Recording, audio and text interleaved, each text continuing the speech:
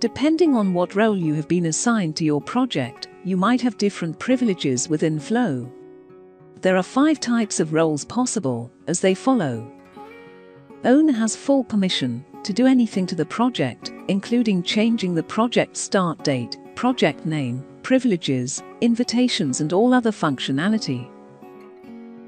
Manager or programmer has full access to manage and plan functionality as well as ability to adjust reported performance, manage work plans, create dashboards, etc.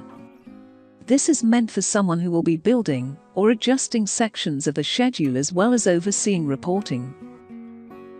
A reporter is having access only to report and review and view dashboard. Within report and review they are able to view and report progress against tasks in their work plan but not others. They can also report issues or actions against their tasks. This is meant for a discipline lead who is responsible for collating and reporting their team's progress. Stakeholders are having similar access to report and review and view dashboard only. Within the report and review, a stakeholder can view all work plans but does not have permission to report progress. This is meant for members of the discipline teams or project team who should be able to view tasks that are assigned to their team or others, but are not in a leadership role such that they should be reporting progress.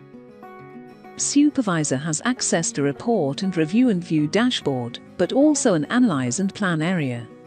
This area looks like manage and plan, and the user can therefore access information on targets, critical chains, dependencies for activities, baseline information, and reported progress along with reports, but the user cannot manipulate the activities, or logic or targets, etc.